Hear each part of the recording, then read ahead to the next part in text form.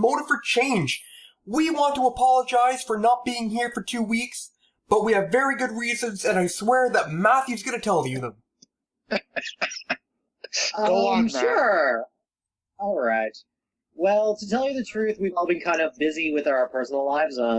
I know that half of us have graduated from college over the last couple of weeks. I've been very busy with the Relay for Life that's coming up in town, and Jonathan's busy with final exams. So we've all been pretty busy. John's literally been doing nothing. Nothing. Absolutely nothing. That is true. Carine and I have graduated, and we are very excited about it, and we are officially child and youth workers. Are you certified smart people now? Yes, we are certified smart people. We have a piece of paper coming in the mail to make sure that everybody knows that we are certified smart people. Yeah. Also, one more reason as to why we weren't here for 2 weeks. We are making big changes to the show. Big changes that I hope that everybody's going to like and respond well to, you know, that kind of thing. So, all the excuses aside, let's move on into the show. All right. I'm going to explain some of the changes. We are going to dramatically decrease the length of time of the show. By popular demand, everybody's saying it is too long and they get bored. So we are going to decrease the time of the show. Hopefully that will make people more engaged and keep our audience, you know, stuff like that. And along with that, we want to keep the excitement going by introducing just 2 segments, okay? One is called What's Happening in the World. And with that, it's going to be pretty fun. We're going to do a random draw. So each of us is going to bring a news topic each week. And we are going to do a random draw live. And we're going to talk about that random thing. Okay? The second thing is going to be our normal topic. Only this time we're going to just have a discussion, debate, maybe even interview somebody or tell a story during that time. And it's going to be dramatically shorter than our normal topic. And then, yeah, that's pretty much the show. So, we've taken all of that, we've taken your feedback, and now we are creating a new and improved show. Okay? So, let's get right into it.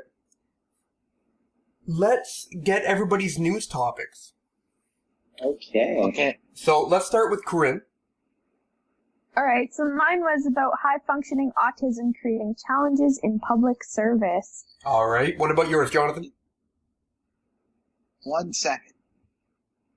Byron killed. Byron T killed. Okay, start again. You sure? Byron teen killed in crash on first day of school was texting. Alright, so texting and driving. Yep. Matt? Mine is a tale of revenge about a jilted husband getting revenge on his wife by using a Craigslist-type ad. Alright. And mine is about social media affecting teens and affecting their ability to communicate and participate in intimate relationships, you know, stuff like that. Ooh. So what I've done is I've written these down in a random order, and I want Carine to give me a random number between 1 and 4. 4. Alright, we are talking about autism. Alright. Alright, so Carine, I would like you to lead the discussion on this. Couldn't have picked 2. What was 2, Josh? 2 was Matt's, actually. Aw, can we switch? Nope. Oh, come on, but 2. I choose 2. If you do 4 divided by 2, it's 2, so 2. It is. So we're not getting out of this one that easily. Okay. Alright, so this one was pretty much talking about, I got it off of CBC News. There is a whole speech about it, and it's, the speech is called, When an Invisible Disability Becomes the Elephant in the Room.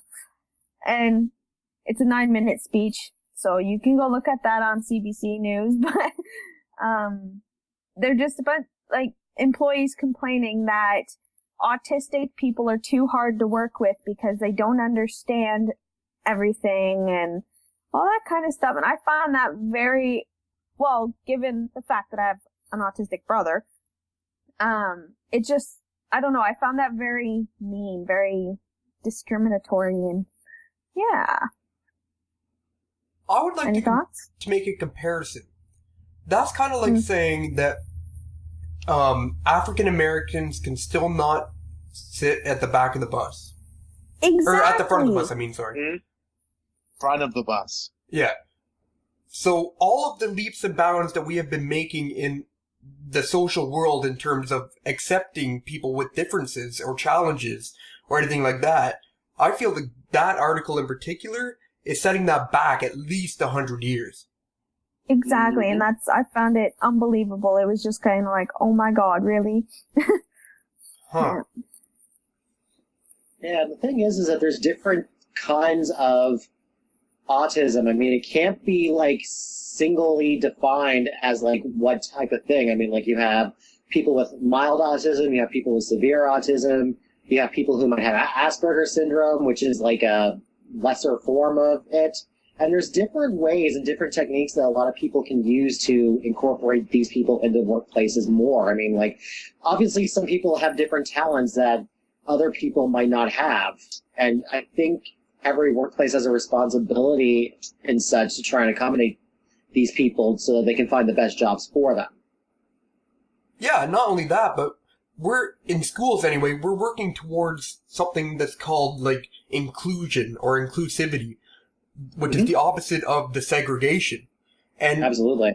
In this workplace, it sounds like what they want to do is segregate people who have challenges or maybe who work at a lesser pace or something like that. If they segregate them, maybe they'll be a happier group. Or, you know, they don't have to deal with them because they're too troublesome to deal with. I just don't like it. I don't like it either because, I mean, like, I went to an elementary school that had segregated people who had learning disabilities or people who had severe problems with behavior or people who did have autism. They were all segregated to the one classroom, and I didn't think it was right at all because all these kids had different needs and if you only have like one teacher in there that only understands some people, then some people get left behind, and that's inexcusable as far as I'm concerned. I would agree with that. The only way to stop it, well, I don't know, what's the way to stop it? To stop the segregation, you mean? Stop. I'm sorry. I drew a blank there. Anyway, what I was going to say, silence is one of the biggest weaknesses in our society, and I think the only way to stop it is to speak out against people who are showing any sort of discrimination to anybody in any workplace. Mm-hmm. That also goes back to my favorite quote, be the change you want to see in the world. It seems like everything can come back to that. But literally, like, if you show acceptance to these people who have differences or challenges or anything like that, I mean, other people are going to take that under their wing and try to adapt it into their own lives to maybe accept people more readily than they normally do. And then, you know, other people are going to go off them, and it's just going to be a better society if you do that. Acceptance is so important. We still need to work on it, though, as a society. Yeah, and I think that we're all guilty of it, too. Like, we all need to work on it. All right. Let's move on to our topic of discussion for the day. And this, we thought long and hard about this. You know, episode 10 is our comeback episode, our new generation episode. What can we bring to the table that is different, you know, kind of unique to us, and shows our viewers, rather, some of our true colors. So we thought about this, and we came up with one moment that changed our lives. Josh. Jonathan. Let's start with you. Okay. I thought you were going to, yell at me or something. That was great, wasn't it? I thought you were going to yell at me. I was scared. So, the one moment that changed our lives, and I thought about this for a long time, and there are quite a few moments that have changed my life, dramatically. But the one that I came down to was kind of a selfish one. And that was, and something I'm very passionate about, actually, but I'll get into that later. The one moment that changed my life was deciding, actually, you know what, let's go in the past a little bit and give you some information to reference. In the town that we live in, if you go to high school, you have to choose between 3 arts to go into. You have to choose one in grade 9. So one is music, and there's broken up into two categories, inexperienced and experienced. And then you have drama, and then you have art. Now, you have to choose one of these. So in grade 8 and prior, starting in grade 5, I had taken music all through there. So naturally, I went into the experienced music course. And at the high school that I attended, there was this teacher that was really passionate about what she did. So the one moment that changed my life was signing up for that music class. Because I found my passion inside the music. And I found that writing lyrics and playing the instruments that I play, they really helped me to get my emotions out there. And really, I just found a passion for it. And I feel that made a difference in my life. I wouldn't be where I am today if I didn't sign up for that music class. Music heals everything. I would agree. I chose music in grade 9 myself, so I mean, like, I was torn between music and art because I wasn't really a big actor fan. All right, Hey, Jonathan, Matt. what's yours? Oh, you want me to go? Yep. Okay, well, as you were talking, I wrote down the date, March the 15th, 2013. That was the day that my best friend in the entire world shot himself. You know, this person was a wise and generous teenager. He gave of himself to the community, worked hard, and had love in his heart. Unfortunately, though, his home life was rough. He had a father who drank a lot and tossed around his mom. His passing taught me to press play on my life, to be kind to others, to love with all of my heart, and that there is no real answer to the difficult questions in life, and sometimes with or without closure, we just have to roll with it. At his funeral, painted on the wall was the saying, "Killed him with kindness." And how fitting that the kindest person I've ever known, laying there in that coffin, was leaving one final message to the world in the form of a picture he had painted. This moment, more so than any other, has inspired me to be all that I could become, and it has shown me that I could achieve more than I ever thought I could. That's Wow. beautiful. Very sorry for the passing of your friend, Jonathan. Yeah. Same here. That's okay. Yeah, I would agree, man. Like, you and I have talked quite a bit about you and this friend of yours that passed away. And he really did make a significant impact in your life, I believe. Because every single conversation, you pretty much bring him up. And I mean, that's insane. Like, I could only wish in the future to find a friend like that had that much of an impact on me. It's difficult to do. Huh. Wow. All right. What about you, Carine? Okay, well, I wrote mine down because, well, it sounds better if I read it. In 2006, my mom had an accident that should have killed her, but luckily for my brother and I, she's still alive and happier than ever. This accident resulted in my mother breaking over half the right side of her body. The worst thing of all is I was there. I saw her drop the bathtub and her disappear down a dark hole. After that day, every year on September 7th, since 2006, I think back on everything we had to do for my mom. That's including bringing her to the bathroom, feeding her, cleaning everything in the house, helping her stand up, everything. I think back on missing out on my childhood in order to care for my brother. Even though it was hard and much more happened in my life, both sad and happy, it has made me grow as a person, allowed me to be stronger. I now live my life trying to make the best of it with the people I love.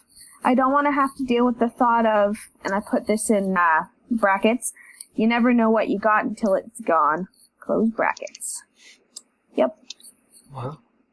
Wow. Yeah, That must have been interesting memories. one feat to overcome. Yeah. Yep. Do you feel that you've kind of overcome it now, though? Oh, yeah. Yeah. Well, especially from seeing how she is now, how happy she is, and how far I've come from that too, right? So, I don't know. Would you be the person you are today if you didn't have to go through that?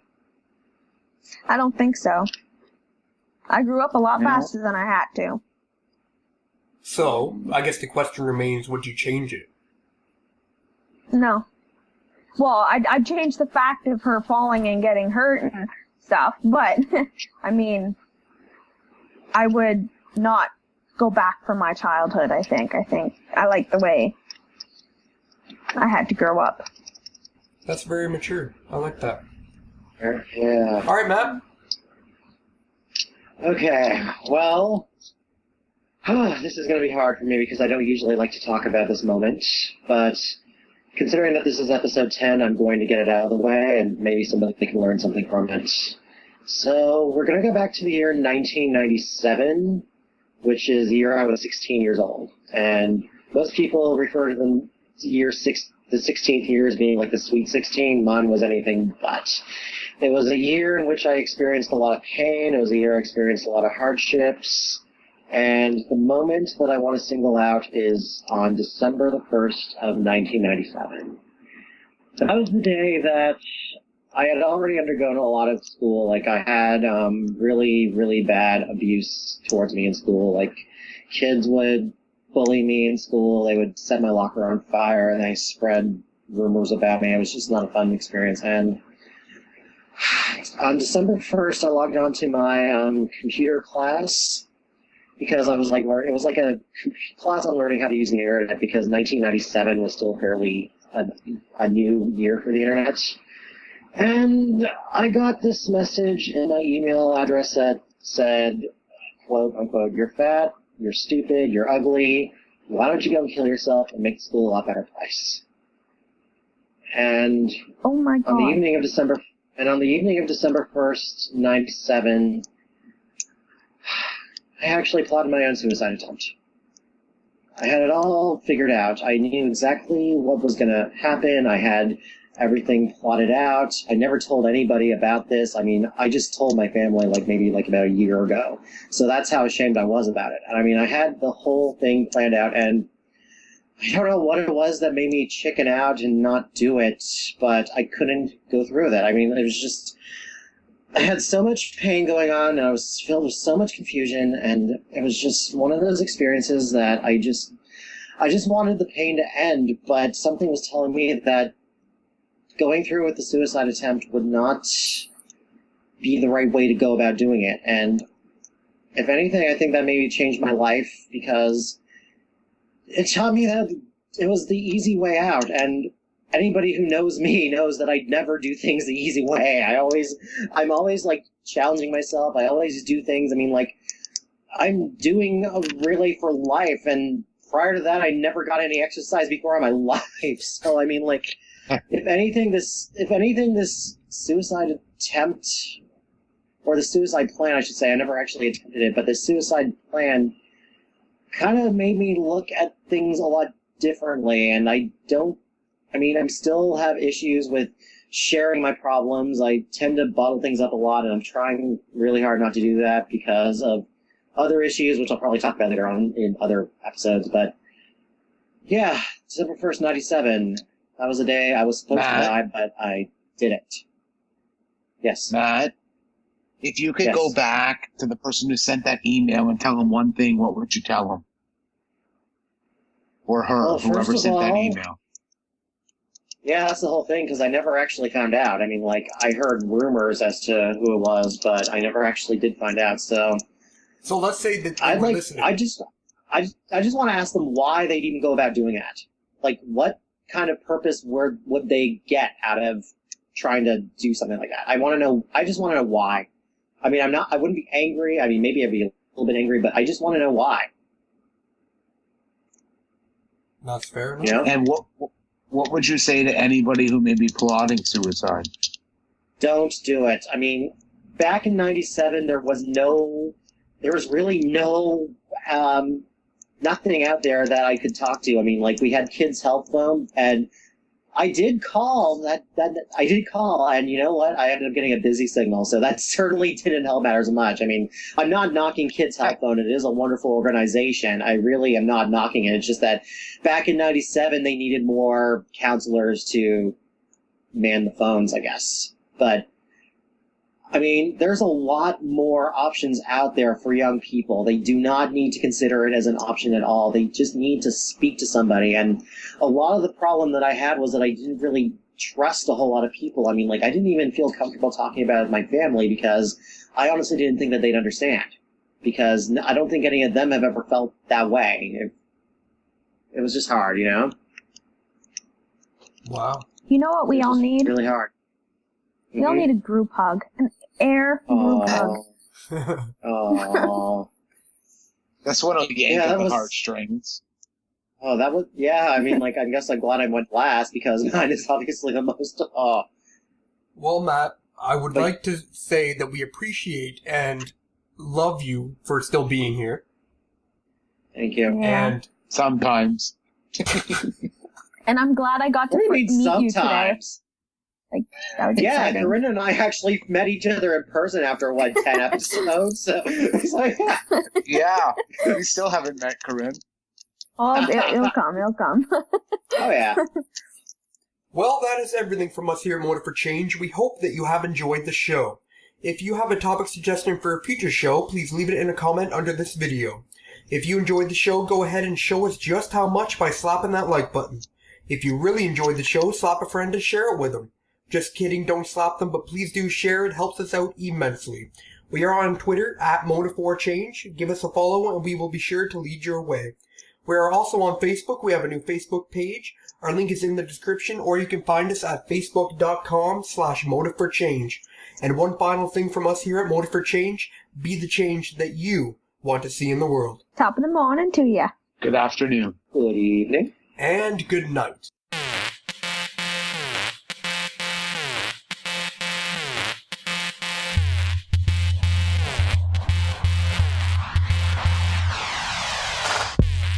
Jonathan! Jonathan, what is it? Can anybody hear me? I guess friggin' not. Okay, I'm done. I'm out. Hello. Oh, John. God damn it, Jonathan, what is your topic? Teen killed in crash on first day of school was texting. And you couldn't find anything relevant. You just found one in 2 minutes. 2 minutes. Shows you how hard I looked, okay? Shows you how hard you didn't even do it. Jonathan, we were talking about this at like 4 o'clock this afternoon. I told you I didn't have one at 4 Yeah. o'clock this afternoon. At that time, I didn't know you didn't do it.